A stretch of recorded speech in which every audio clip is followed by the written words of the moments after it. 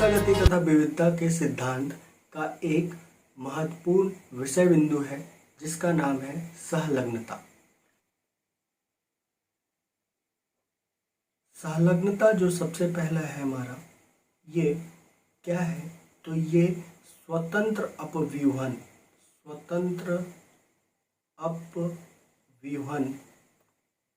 का अपवाद है, यानी मेंडल के विचलनों में से एक ये भी है। अर्थात ये क्या है? तो ये हमारा मेंडल का विचलन में आता है जो स्वतंत्र अपव्यूहन का एक अपवाद है। तो सह मतलब क्या होता है? सह मतलब अगर हम यहाँ पे देखते हैं तो सह मतलब होता है साथ, और लग्न मतलब जुड़ा होना। यानी यह एक ऐसी प्रवृत्ति है जिसमें जिन जो होते हैं वो गुणसूत्रों पर जुड़े रहते हैं और उसी अवस्था में पीढ़ी दर पीढ़ी वंशागत होते हैं। ठीक है, यानी उनका वो क्या होते हैं? गुणसूत्रों पर उपस्थित होते हैं और उसमें बिना किसी परिवर्तन के वो पीढ़ी दर पीढ़ी वो संचरित होते रहते हैं। यानी ये पैतृक लक्षणों को क्या करते हैं? बढ़ावा देते हैं। पैतृक लक्षणों को बढ़ावा देते हैं और इनमें पुनर्संयोजन इनमें कम होता है। तो सहलग्नता क्या है? तो सहलग्नता एक ऐसी प्रवृत्ति है जिसमें गुणसूत्र पर उपस्थित जिन बिना किसी परिवर्तन हुए यथावस्था में पीढ़ी दर पीढ़ी क्या होते हैं? वंशागत होते हैं। और क्या होता है? तो वो यानी ये किसका अपवाद है? तो मेंडल के स्वतंत्र अपव्यूहन के नियम का ये अपवाद है। तो सहलग्नता किसने दिया? सहलग्नता शब्द जो दिया वो दिया टी.एच. मॉर्गन ने। ये शब्द किसने दिया? टी.एच. मॉर्गन ने। टी.एच. मॉर्गन के देने से पहले भी दो साइंटिस्ट थे जिनका नाम था वाटसन और पुनेट। इन दोनों ने किसके ऊपर काम किया? मीठे मटर के ऊपर।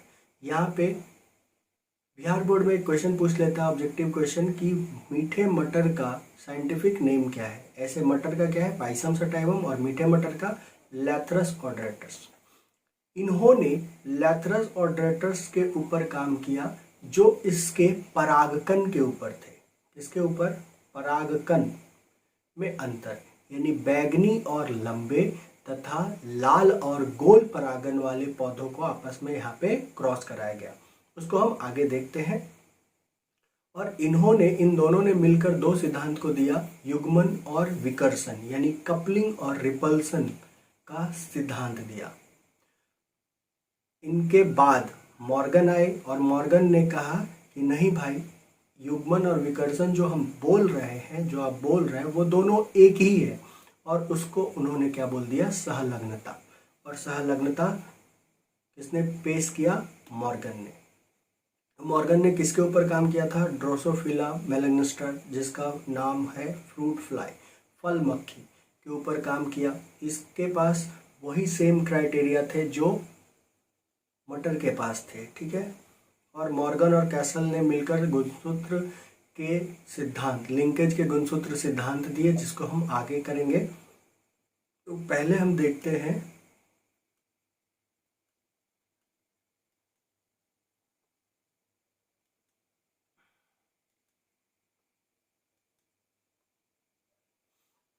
तो उसके पहले तो हम लोग जान रहे हैं कि गुणसूत्र पर जिन अवस्थित है तो इसके दो रूप हैं, यानी जिनों के व्यवस्था दो हैं।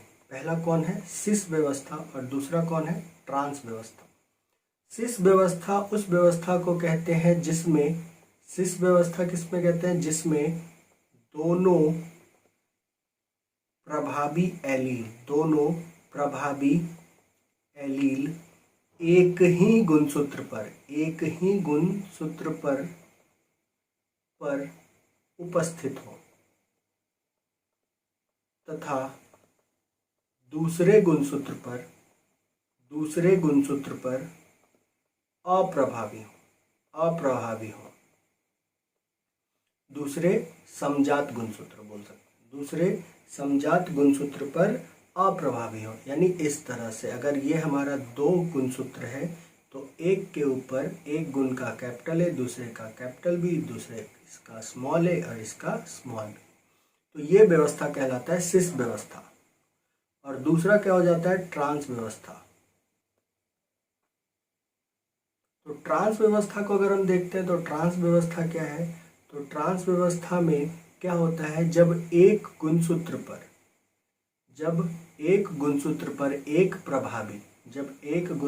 पर एक प्रभावी और दूसरे गुण वाले अप्रभावी उपस्थित हो, और एक पे अप्रभावी और दूसरे पे प्रभावी, इस तरह का व्यवस्था क्या कहलाता है, ट्रांस व्यवस्था। ये ओरिजिनल व्यवस्था नहीं है, ट्रांस व्यवस्था ओरिजिनल नहीं है। ओरिजिनल कौन है हमारा, सिस व्यवस्था। ओरिजिनल कौन है, ये सिस व्यवस्था।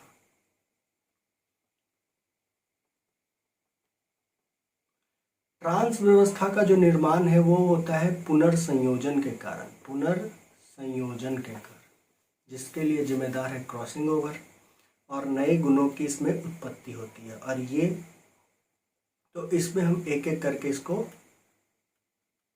देखते हैं। तो उन्होंने क्या किया, तो पहला सिस व्यवस्था, यानी एक पौधे को ऐसा लिया जिसमें दोनों के दोनों प्रभावी गुण वाले उपस्थित थे, और एक को लिया जिसमें दोनों के अप्रभावी वाले गुण उपस्थित थे, अप्रभावी वाले एलील्स उपस्थित थे। तो जब इसका विसंयोजन होगा, तो विसंयोजन होकर इनके जो गैमेट्स बनेंगे वो ऐसे गैमेट्स बनेंगे, और इसके small B small L, small B small l, जब इनका क्रॉस किया गया तो ये बने, और सारे के सारे क्या हो गए, पर्पल एंड लॉन्ग, पर्पल और लंबे परागकण वाले हुए। और जब इनका टेस्ट क्रॉस किया गया, टेस्ट क्रॉस क्या है, यानी परीक्षण क्रॉस वह क्रॉस है जिसमें क्या होता है, जिसमें शुद्ध अप्रभावी वाले जनकों से जब F2 पीढ़ी का क्रॉस कराया जाता है तो उसे हम कहते हैं टेस्ट क्रॉस। ठीक है, तो टेस्ट क्रॉस कराया गया, और टेस्ट क्रॉस कराने के बाद इनका क्या मिला, तो इसमें जो गैमेट्स बनेंगे वो गैमेट्स बनेंगे हमारे, इसमें जो गैमेट्स बनेंगे, एक स्क्रीन हम लोग चेंज कर लेते हैं, यहाँ पे जो गैमेट्स बनेंगे,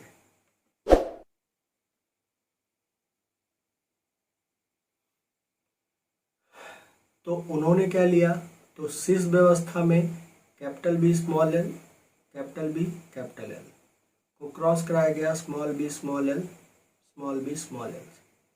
इसके जो गैमेट्स बनेंगे वो capital B capital L, capital B capital L. इसके जो गैमेट्स बनेंगे small B small L, small B small l. और सारे के सारे पौधे क्या हो जाएंगे, ये हो जाएंगे ब्लू और पर्पल एंड लॉन्ग पॉलन, ये हो गए।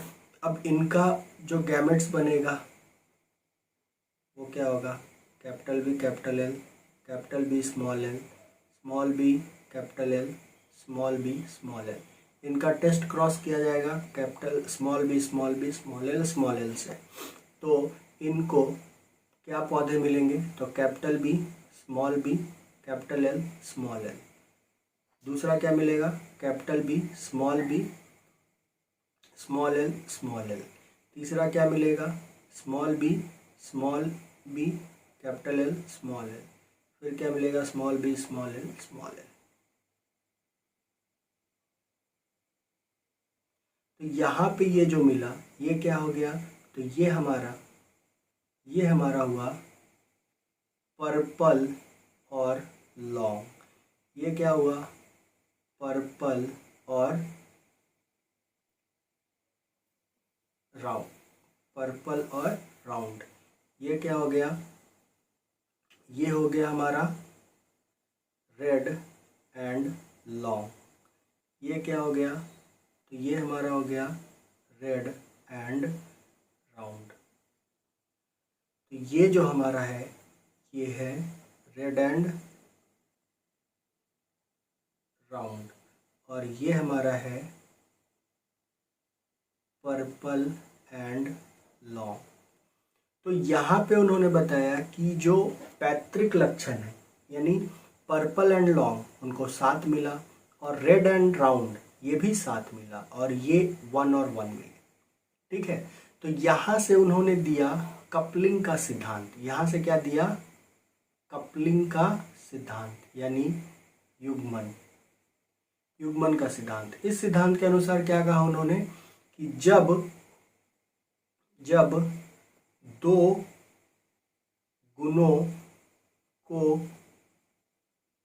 प्रदर्शित करने वाले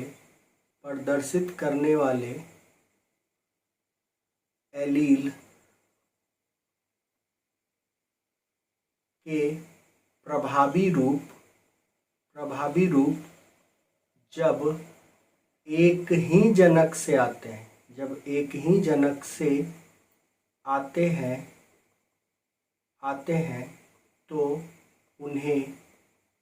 तो वे साथ साथ रहते हैं, और इसे उन्होंने क्या बोला? इसे उन्होंने कपलिंग कहा। इसे उन्होंने क्या बोला? कपलिंग। ठीक है, इसी तरह से दूसरा क्रॉस किया गया। उस क्रॉस में क्या था? उस क्रॉस में अगर हम लोग देखते हैं तो यहाँ पे क्या किया गया?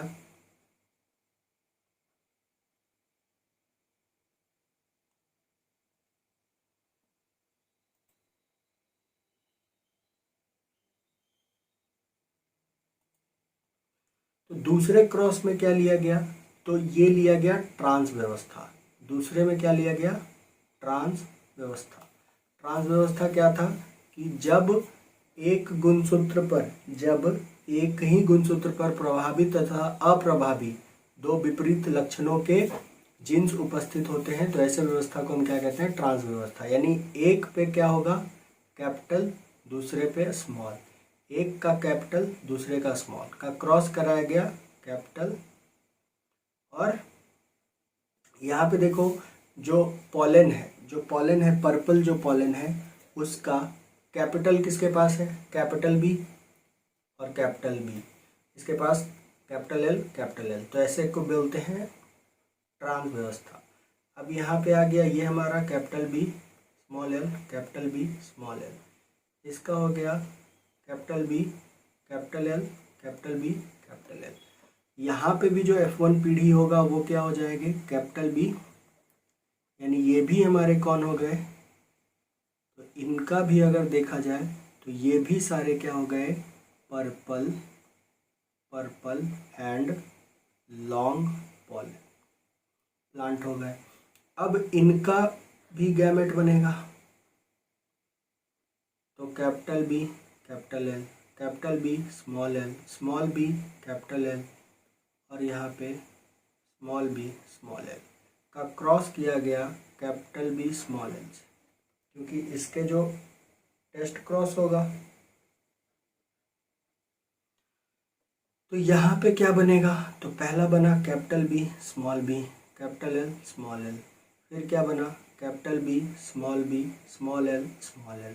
फिर क्या बना? Small B small capital L small L. फिर क्या बना? Small B small L small L small L.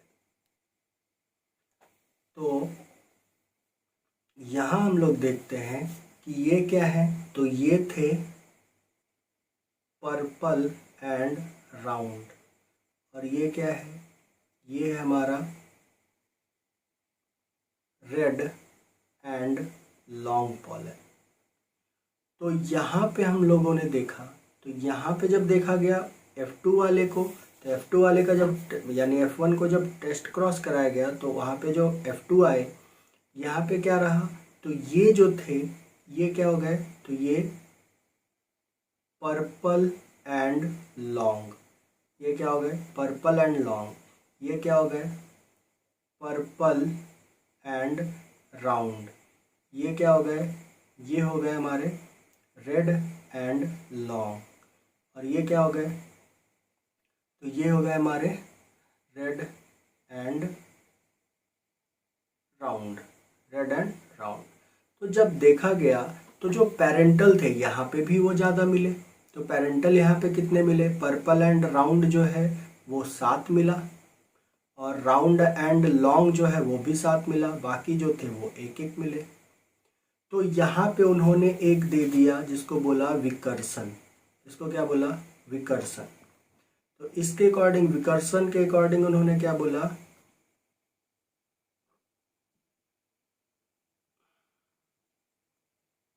विकर्षण में कहा जब किसी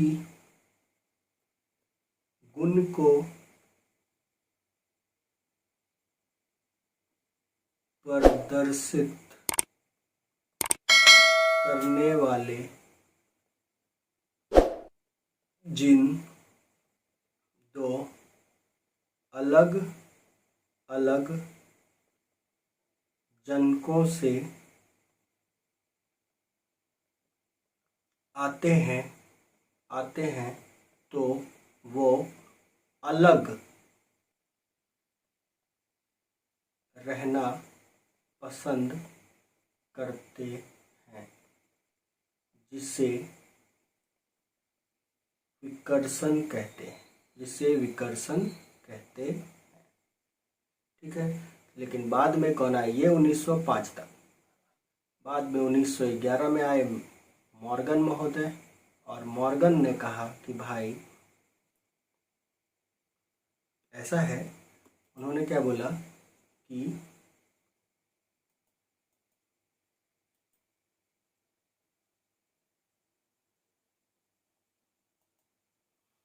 तो उन्होंने बोल दिया कि coupling plus repulsion, coupling plus repulsion equals to linkage,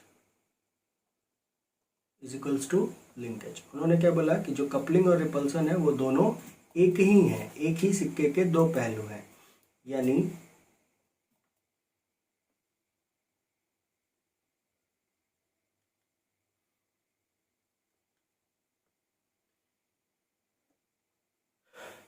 यानी जो लिंकेज है वो क्या है? कपलिंग और रिपल्सन का कंबाइंड फॉर्म है हमारा लिंकेज। तो उसी के बेसिस पे उन्होंने क्या कर दिया? लिंकेज का सिद्धांत दिया। लिंकेज के सिद्धांत में क्या बताया गया कि जो जिन है वो गुणसूत्रों में जुड़े हुए हैं, और वो कैसे हैं? रेखीय क्रम में है, लीनियर फैशन में वो उपस्थित है। इस तरह से वो रेखीय क्रम में है। ठीक है। और ये क्या करते हैं? जब क्रॉसिंग ओवर नहीं होता, यानी पुनर्संयोजन नहीं होगा, तो ये पैट्रिक संयोजन को बनाए रखने में उनकी प्रवृत्ति होती है, और वो उसी क्रम में वंशावली दोनों जीनों के बीच जुड़ाव की ताकत जो होती है, दोनों के बीच में दूरी की इसको जब हम देखते हैं तो ये क्या है? लिंकेज है। Linkage is inversely proportional to distance between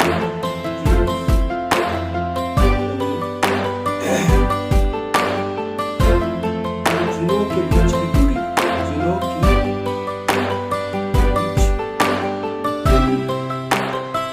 ज्यादा होगी, लिंकेज क्या होगा? कम। जब ये कम होगा तो लिंकेज ज्यादा होगा। यानी जितना नजदीक गुणसूत्र के ऊपर जीन उपस्थित होंगे, उनमें लिंकेज होने की संभावना उतना ही अधिक है। ठीक है। ये गुणसूत्रों पर जीनों की व्यवस्था है, सिस व्यवस्था, ट्रांस व्यवस्था, जिसमें हम लोगों ने देख रखा है। सिस व्यवस्था क्या बोलेंगे? सिस व्यवस्था वह व्यवस्था है जिसमें दोनों गुणसूत्र, जिसमें समजात गुणसूत्रों के एक ही गुणसूत्र पर दोनों प्रभावी गुणों वाले एलील्स उपस्थित होते हैं। ठीक है। और ट्रांस व्यवस्था में एक गुणसूत्र पर एक गुण के प्रभावी एलील और दूसरे पर दूसरे गुण के प्रभावी एलील उपस्थित होते हैं। तो ऐसे व्यवस्था को हम बोलते हैं ट्रांस व्यवस्था। ठीक है। ये क्या होता है? ये ओरिजिनल नहीं है, यानी ये बाद में निर्मित होते हैं, और ये ओरिजिनल है। यानी नॉर्मली जो होता है वो इसी रूप में होते हैं, और ये जो बनता है ये क्रॉसिंग ओवर के कारण इनका निर्माण होता है। ठीक है।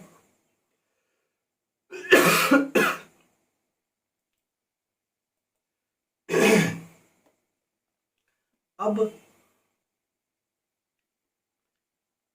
यहाँ देखते हैं जो सहलग्नता है। तो सहलग्नता क्या है? तो साथ रहने की प्रवृत्ति, साथ रहने की प्रवृत्ति है किसके? तो जिनों के गुणसूत्रों पर साथ रहने की प्रवृत्ति ही क्या कहलाती है? सहलग्नता। तो सहलग्नता दो प्रकार की होती है। कौन कौन? पूर्ण सहलग्नता और अपूर्ण सहलग्नता। पहला कौन सा है? पूर्ण सहलग्नता और दूसरा अपूर्ण सहलग्नता।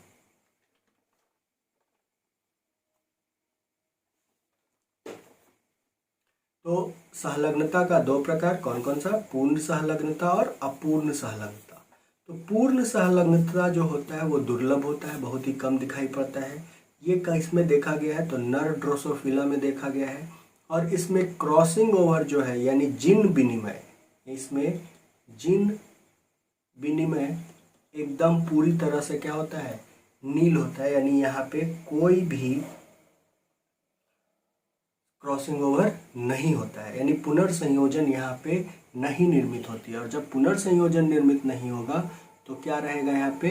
तो यहाँ पे पैतृक संयोजन ही आगे की ओर बढ़ेंगे, यानी वंशागत होंगे। और इसमें तो इसको कब देखा गया? 1919 में। कब देखा गया? 1919 में। कौन देखे? मॉर्गन ने। कौन देखे? मॉर्गन ने।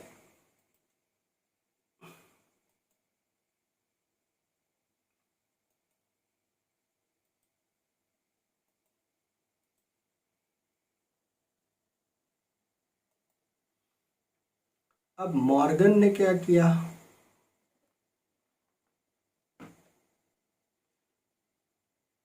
मॉर्गन ने 1919 में पूर्ण सहलग्नता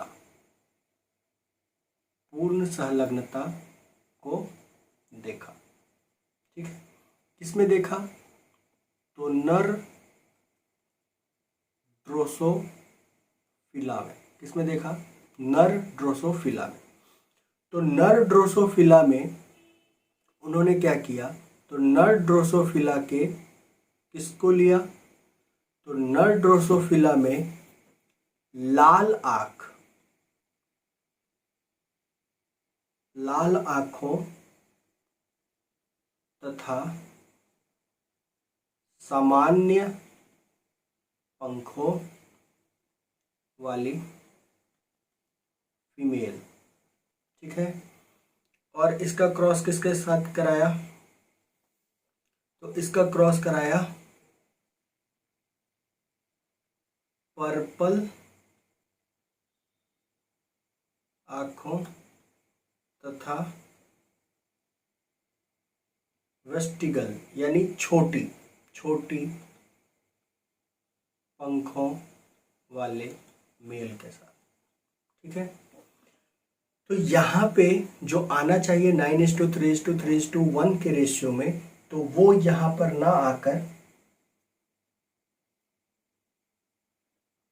यहाँ पे सिर्फ दो ही कॉम्बिनेशन दिखे। यहाँ पे सिर्फ दो ही तरह के जीव आए, यानी जो भी जीव उत्पन्न हुए इसमें, यानी जो भी ड्रोसोफिला इसमें आया वो या तो red I and normal wing था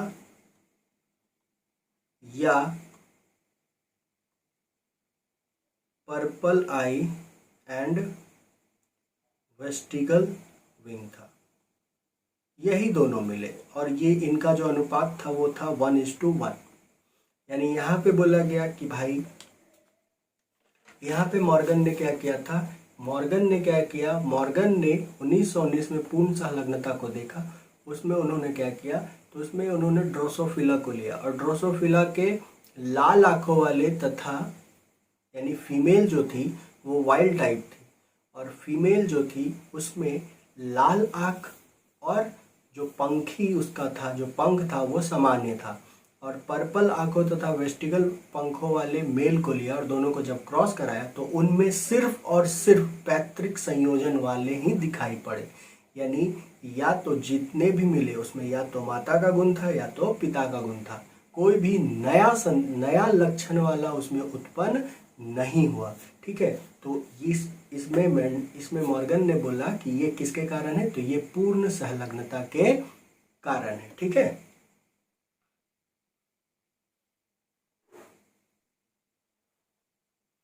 सेकंड केस में उन्होंने क्या किया, तो सेकंड केस में फिर से उन्होंने क्या किया, तो सेकंड केस में हम लोग देखते हैं दूसरा एग्जाम्पल उन्होंने क्या लिया, तो सेकंड में उन्होंने लिया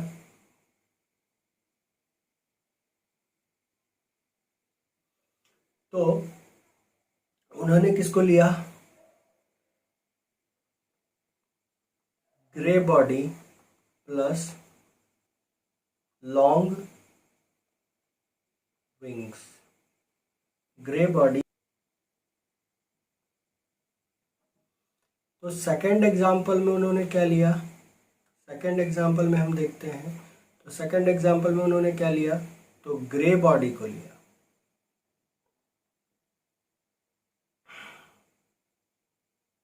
grey body plus long wings को किसके साथ क्रॉस कराया, black body plus vestigial wings. Long wing प्रभावी है और ग्रे बॉडी इस पे प्रभावी है, ठीक है। तो यहाँ पे इनको जो अनुपात मिला वो 3:1 का मिला, उनको क्या मिला, 3:1 का, इसमें क्या मिला उनको, 3:1 का, यानी 3 जो था वो लॉन्ग प्लस ग्रे बॉडी था, लॉन्ग विंग्स यानी लंबे, और एक जो था वो था black body plus vestigial wings, ठीक है। तो ऐसा उन्होंने क्यों बोला, तो इसका रीज़न उन्होंने बताया कि जो कलर है और जो विंग का जो कलर है और विंग का लेंथ और कलर ऑफ बॉडी वाले जो जिन हैं वो आपस में एक ही गुणसूत्र पर नज़दीक उपस्थित है, जिस कारण से वो अलग नहीं हुए और उसी अवस्था में वो पीढ़ी दर पीढ़ी क्या हो गए, स्थानांतरित होते गए, ठीक है। इसके बाद अगर हम लोग देखते हैं तो दूसरा था हमारा क्या, अपूर्ण सहलग्नता। नेक्स्ट क्या है हमारा, अपूर्ण सहलग्नता। तो अपूर्ण सहलग्नता क्या है, तो ये एक ऐसी स्थिति है, ये कॉमन है, सामान्य है, और इसमें क्या होता है, सहलग्नता भी होती है और इसके साथ साथ क्या होता है, क्रॉसिंग ओवर भी होता है, इसके साथ क्या होता है, क्रॉसिंग ओवर भी होता है, और जिसके कारण से नए संयोजन बनते हैं, नए संयोजन यानी पैतृक संयोजन से कुछ अलग, ठीक है। और लेकिन इनमें जो पैतृक प्रकार होता है वो ज़्यादा होता है, वो 50% से ज़्यादा होता है, पैतृक संयोजन ज़्यादा होता है, और पुनर्संयोजन जो होते हैं वो कम होते हैं। पुनर्संयोजक मतलब यानी फिर से जुड़कर नए लक्षणों का उद्भव या नए लक्षणों को बनाना। तो इसमें जो एग्जाम्पल है इसका एग्जाम्पल क्या है,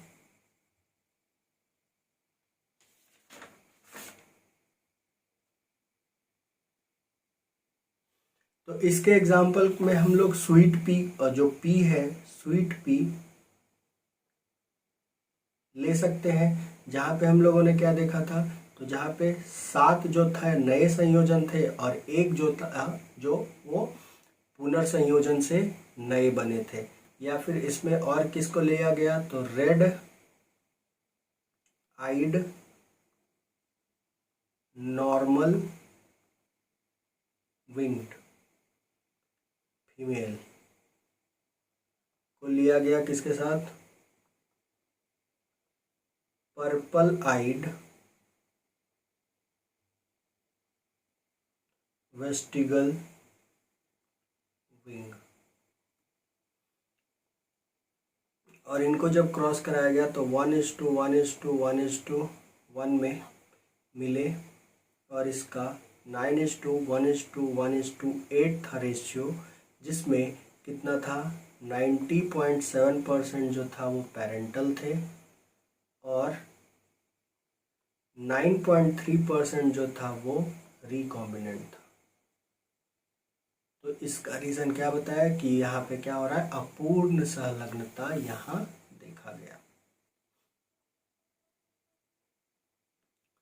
तो यहीं से आ गया एक टॉपिक हमारा है सहलग्नता समूह। सहलग्नता समूह क्या है, तो वो सारे जीन्स जो उपस्थित होते हैं एक गुणसूत्र के ऊपर, और वो गुणसूत्र किसमें, अगुणित अवस्था में, यानी अगुणित अवस्था में उपस्थित गुणसूत्रों पर उपस्थित सभी जीनों के समूह को हम क्या बोलते हैं, सहलग्नता समूह। क्या बोलते हैं, सहलग्नता समूह बोलते हैं उसको। यानी जुड़े हुए जीनों का एक रेखीय रूप में व्यवस्थित समूह है जो सामान्य रूप से अगुणित अवस्था के रूप में विरासत में मिलता है। यानी अगुणित अवस्था में उपस्थित गुणसूत्रों पर वो सभी जीनों को एक साथ मिलाकर हम क्या कहते हैं, सहलग्नता समूह। तो ड्रोसोफिला का जो लिंकेज ग्रुप है वो 4 है, ह्यूमन का 23 है, मेज का 10 है, पी का 7 है, न्यूरोस्पोरा का 7 है, ई कोलाई का 1 है। प्रोकैरियोटिक का जो लिंकेज ग्रुप होता है, यहाँ पे यूकैरियोटिक और प्रोकैरियोटिक, तो प्रोकैरियोटिक का हमेशा याद रखेंगे क्योंकि इसमें सिर्फ एक गुणसूत्र होता है, तो इसका लिंकेज ग्रुप भी क्या हो जाएगा, 1। ठीक है, इसका प्रोकैरियोटिक का लिंकेज समूह कितना होगा, 1। और इसमें गुणसूत्रों की संख्या 8, यहाँ 46, 20, 14 ये किस में है, तो ये डाइप्लॉइड स्टेज में है। ठीक है, तो यहाँ से एक क्वेश्चन यहाँ से पूछ लेता है कि सबसे ज़्यादा गुणसूत्र किसके ऊपर उपस्थित है, तो गुणसूत्र 1 पर, मनुष्य में किस गुणसूत्र पर सबसे ज़्यादा जिन है, तो जिन एक गुणसूत्र पर 2969 जीन्स हैं, और सबसे कम जो है वो वाई क्रोमोसोम पर है जो है 231। ये ऑब्जेक्टिव क्वेश्चन पूछा जाता है कभी कभी।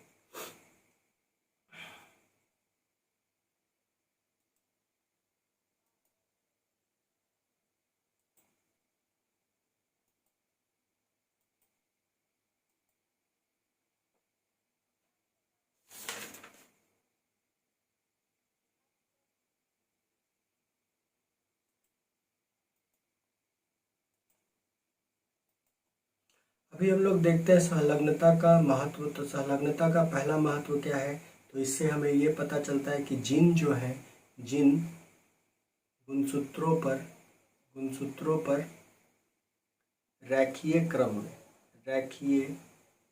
क्रम में व्यवस्थित है। इसमें क्या है, तो विशिष्ट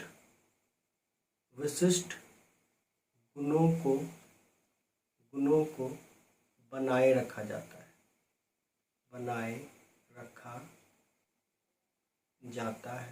क्यों बनाए रखा जाएगा जी, क्योंकि इसमें पुनर्संयोजन तो होगा नहीं, और इसमें जो पैतृक लक्षण है वो लंबे समय तक, लंबे अवधि तक उसी अवस्था में बने रहेंगे। ठीक है, और गुड कैरेक्टर को यानी अच्छे गुणों को हम इसमें क्या कर सकते हैं, कंजर्व कर सकते हैं या प्रिजर्व कर सकते हैं लंबे समय तक। ठीक है, तो सहलग्नता बेसिकली अगर हम लोग एक समराइज्ड वे में देखें तो सहलग्नता क्या है, सहलग्नता वह प्रवृत्ति है जिसमें क्या होता है, जीन्स जो होते हैं वो गुणसूत्रों पर उपस्थित होते हैं और उसी क्रम में पीढ़ी दर पीढ़ी क्या होते हैं, स्थानांतरित होते रहते हैं, और ये स्वतंत्र अभिविहन का क्या है, अपवाद है। इसके बाद अगर हम लोग देखते हैं तो यहाँ पे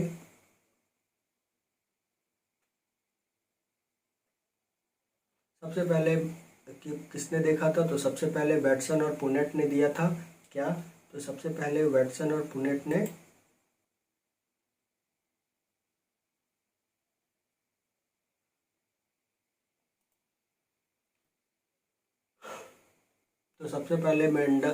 वैटसन और पुनेट ने मीठे मटर के ऊपर काम किया, और उन्होंने विकर्षण और संयुग्मन का रूप दिया, जिसको मॉर्गन ने बाद में आकर बताया कि भाई इन दोनों के रूप को ही हम क्या कहते हैं, सहलग्नता। और संलग्नता हमारा दो प्रकार का है, कंप्लीट और इनकम्प्लीट। कंप्लीट में क्या होता है, कोई भी क्रॉसिंग ओवर उपस्थित नहीं होता है, क्रॉसिंग ओवर नहीं होता है, जिसके कारण से पुनर्संयोजन का निर्माण यहाँ पे पूरी तरह से क्या होता है, समाप्त रहता है। ठीक है, अगर वीडियो अच्छा लगा हो तो लाइक शेयर और सब्सक्राइब करें। Thank you.